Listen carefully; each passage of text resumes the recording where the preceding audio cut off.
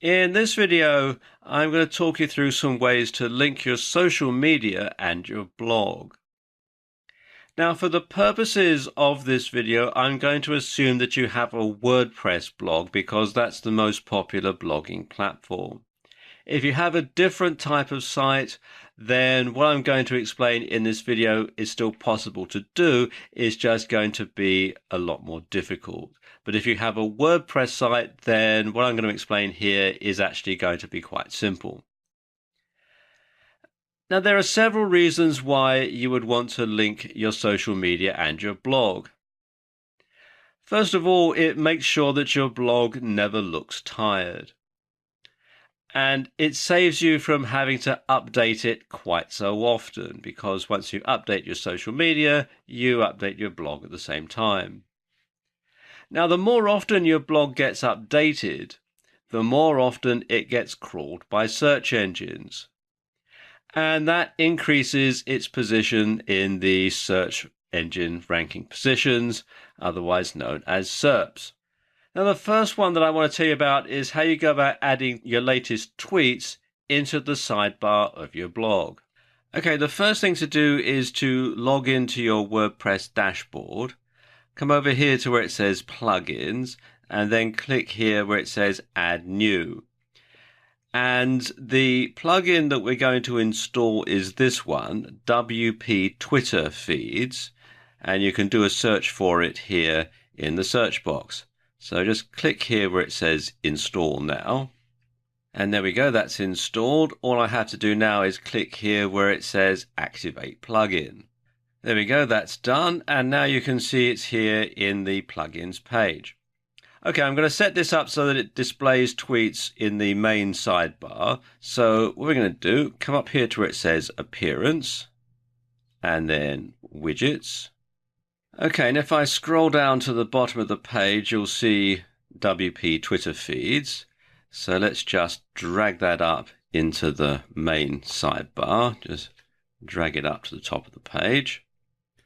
Okay, and here we have it in the main sidebar. And you've got a few things here you need to add in. You have to add the widget title, which we're going to keep with the default setting of latest tweets. You have to enter your Twitter username. The tweets cache time in minutes, I'm going to leave it at the default setting of 4. The number of tweets to fetch, I'm going to leave that at 3. And then you have to have the Twitter API settings.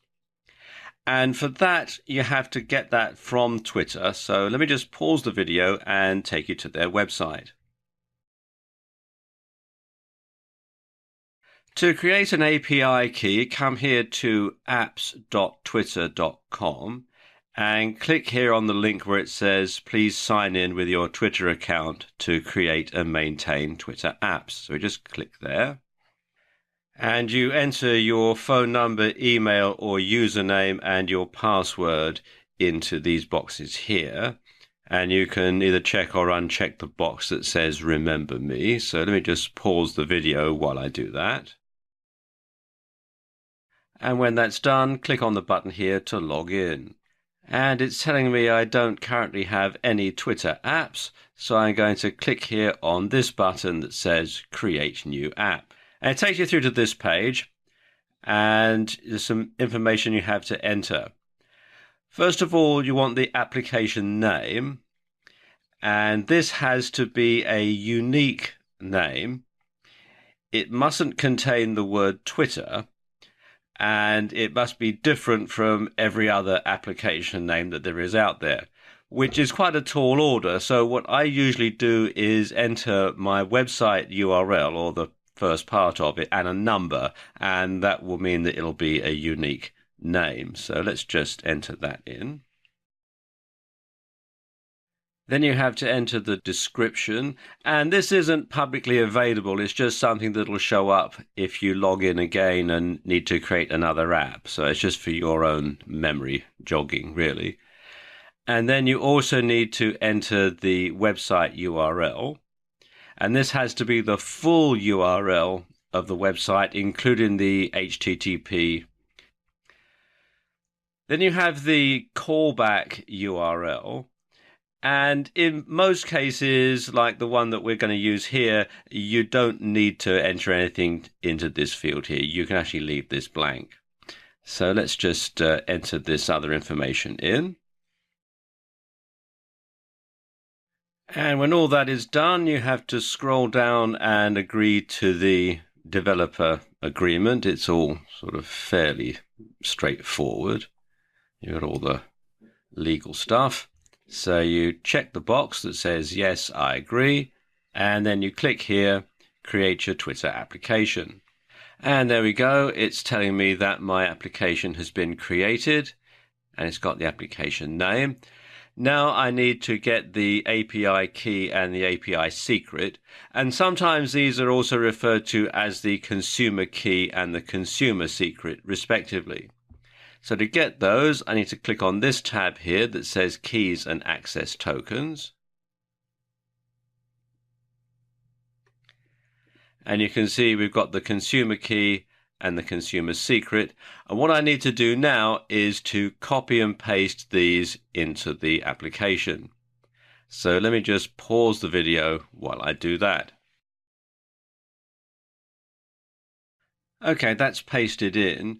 You'll notice though there's another couple of things that you need to fill out, the access token and the access token secret. And to set that up, it's a separate operation back on the Twitter website. Scroll down to the bottom of the page and click on the button here that says Create My Access Token. And it's saying my application access token has been successfully generated. So if I just scroll down to the bottom of the page, you can see we have it here. So let's just copy and paste this information. And that's done.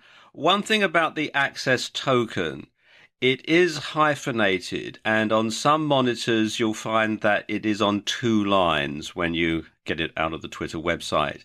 You want to make sure that you get it all, so sometimes you might need to make sure that you get the top line and the bottom line, but it all goes in the same place here on your website.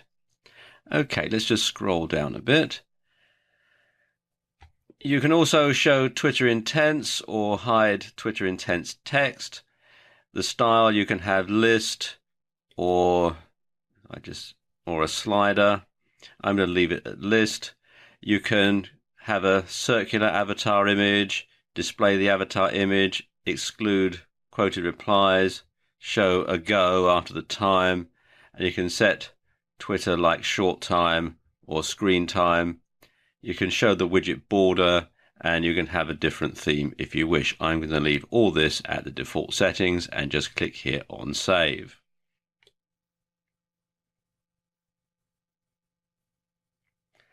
And there we go, that's saved. So let's go to the main website. I'm going to click here on Visit Site. And there we go. You can see we've got the latest tweets in the sidebar. And you can tell this is a demonstrator account because I don't use it all that often. But if I was a regular tweeter, these would be updated fairly regularly. And of course, every time I put a tweet to Twitter, then my blog gets updated at the same time, which is pretty cool. One way to make sure that you get more engagement between your blog and social media is to ensure that your site is easy to share. And there is a very good plugin which will allow you to do that. And the plugin I'm going to use for this is called Shareaholic, and I've installed it already, and the process is the same as in the last section here. And you'll see that it's installed the Shareaholic link down here, and it's also saying that I can get started now. So let's just click up here on this button. Opens this pop-up, and once you clicked on the Get Started button, you're agreeing to the terms of service and the privacy policy, both of which you can read on their website. So let's just click here to get started. Now you can register with Shareaholic to get all these extra features here. And you do so by simply clicking here where it says sign up for free. But you don't have to have all those to make it work, and I'm going to skip those for this demonstration. But basically what you can do is you can have here related and promoted content, and you can put these buttons under a post or under a page, and you can also have them under the index or under the category, and you can edit the related and promoted content settings. You can have the different share buttons and so on. And you can also customize what these buttons look like. Let me just show you here. I'll click on the customize button. You can change the theme. You can change the number of posts, and this gives you an idea as to what it will look like when they show the related content underneath your page or post. Okay, we should click on Save Settings if you've changed it, or just click up here on the X if you haven't. I haven't, so I'm just going to click on the X. You can also edit the share button settings, so we just click on that. Opens up this pop-up window, and all this is fairly straightforward, but there is one thing that I will show you, which is the follow buttons. And you can use this to get lots of extra followers to Facebook and Twitter and so on from your blog. Let's just click here where it says edit. And you can set the arrangement of the buttons, but also, if I scroll down a bit, you've spaces here. Oops. You can enter the username for Facebook, Twitter, Pinterest, and a whole lot of other sites. And what this will do is it will encourage people to follow you on these various social media sites from directly within your blog. And it's a very, very powerful way of doing it. Now, obviously, this is just a demo, so I'm not going to enter any information here. But if this were a real site, I would put my usernames here in these boxes. Okay, let's just close the box here by clicking on the X. Okay, let's activate that and click here to save settings. And there you go, it's saying settings successfully saved. Let's just go to the main site and I'll show you what it looks like. Click here on Visit Site. And there we go. There are the buttons on the page.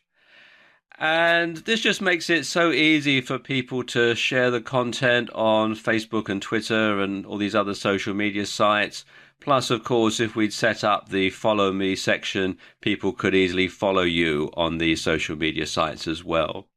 So there you go, just 2 ways that you can link your social media and your blog to get the best out of both of them.